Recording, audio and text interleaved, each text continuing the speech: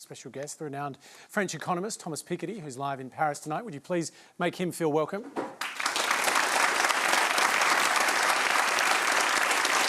And before we put your questions to Thomas, we asked the ABC's analyst, Casey Briggs, to step us through the growing wealth divide here in Australia. We're in one of the wealthiest countries on earth. Decades of riches have rained down upon us. For some, though, it's been a torrent, while others have barely felt a sprinkle. In 2003, the least well-off 20% of Australian households shared in just 1% of the nation's wealth. The wealthiest 20%, they had around 59%.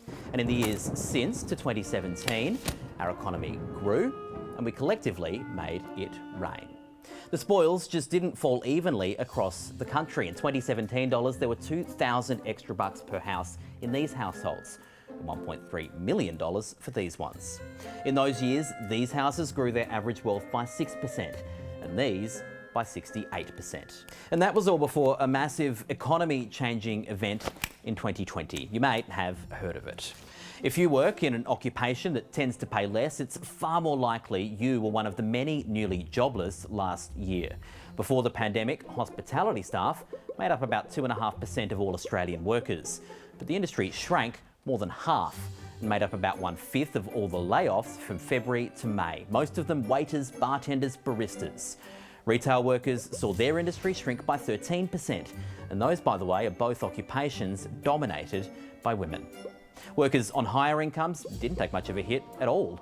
As for the bigwigs, the number of people in managerial jobs, they dropped by just over 2%. Professionals saw an immediate contraction of around 1.7%, but recovered fast. There are now more white-collar workers than before the pandemic began. All right, so on that note, our first question for Thomas comes from Jacob Andrawatha. Thomas Piketty, your work has been insightful in revealing the inequalities of capitalism today, yet globally we've had the massive protests for climate action in the US against police killings of African Americans, in your own country, the Yellow Vests movement, and in India, farmers rising up. These protest movements indicate a distrust with our political system and anger with the inequalities around us. You rightfully propose a progressive global tax as a solution to these inequalities, but isn't it utopian to expect that politicians and the rich would agree to having a significant proportion of their wealth taken away from them without struggle? Thomas Piketty.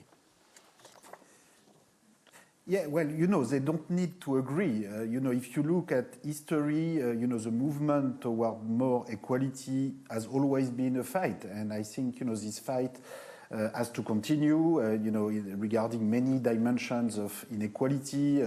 Inequality of income is very large. Inequality of wealth is incredibly large. In a country like Australia or France, for that matter, the bottom 50% of the population owns, about 5% of total wealth, and the top 10% owns around 60% of total wealth. So the amount, the level of concentration of wealth is enormous. We have enormous gender inequality, racial inequality. In my country, in France, people pretend that racial discrimination sometimes is more an issue for the US and for France, but in fact, the colonial legacies, the colonial past is also very important to understand today's inequality. So coming back to your question, it's the movement toward equality has always been a fight. So, when you have the New Deal in the United States in the 1930s that put in place under Roosevelt progressive taxation with a top tax rates up to 90% or even 91% on the very top incomes, and this is going to continue for several decades. This was not done with the authorization and approval of very rich billionaire and taxpayer of the US at the time. There was a political majority to impose it. There was an enormous legal battles, the Supreme Court, battled against Roosevelt. But in the end, the political majorities managed to, in that example, to reduce inequality quite substantially and to pay for public infrastructure, public investment, social security system, which by and large, were a big success. Thomas, for on the that note, I country. just want to bring in I think Gigi this Foster. fight has The to questioner asked, is this idea of a progressive global tax system to solve these inequalities utopian? So, I mean, my question to Thomas is really, do you think that this is the moment that we can now take action in the same way that was done at the time of FDR, for example, and around the world everybody just sort of has a light bulb go on and says, oh yeah, whoops, we need to tax wealth globally. We need to do this measure, that measure. Here are the things that will fix this problem. My concern is that not that we are not recognizing the inequality problem. I think we do recognize the great wealth inequality particularly, but the global idea that we're sort of going to all collaborate and have a happy, new world in which we're all taxing wealth and we're all collaborating, some country is going to be the odd man out, and that's where all the rich people are going to flee, and they're going to put their money there, and they're going to evade the taxes. Bruce, what do you make of this sort of proposal? A new system replacing what we've got?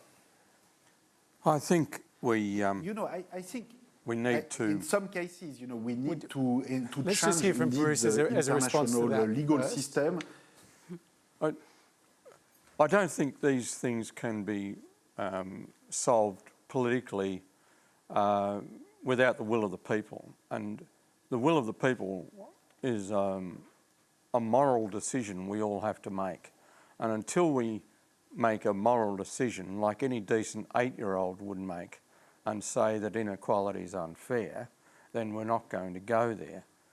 As Gigi said, if you start taxing people, they'll go to a tax haven. It's disgusting to have a tax haven, and yet we accept it. So we have to change our moral outlook on how the world works. And it means that we have to go to the places where our entrepreneurs and politicians come from, and in this country it's private schools, and we have to talk to those kids about fairness. And it's not about whatever it takes. It's not about winning the game. It's about being a good person, being a good citizen. And I don't think that's happening in our world at the moment on many levels, be it economy, race, women. It's just not happening. So, Thomas, the point that's being made is that we're just not willing to make the moral choice for what you propose. Yeah, no, you're right. I think teaching is very important. Teaching better values is very important, but we also need to change the rules of the game. So, the problem is that we've created a system where we've created a sort of sacralized right, to make a fortune by using the public infrastructure of your country, by using the education system of your country, and then you can push on a button and transfer your wealth somewhere else, and nobody is able to follow you and to make you pay the tax that you should pay.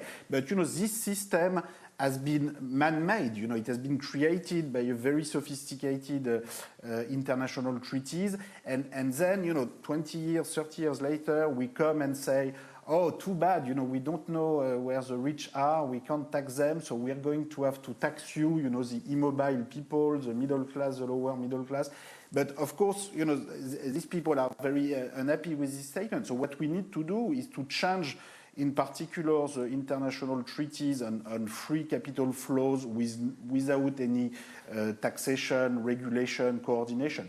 And it's up to each country, to put conditions.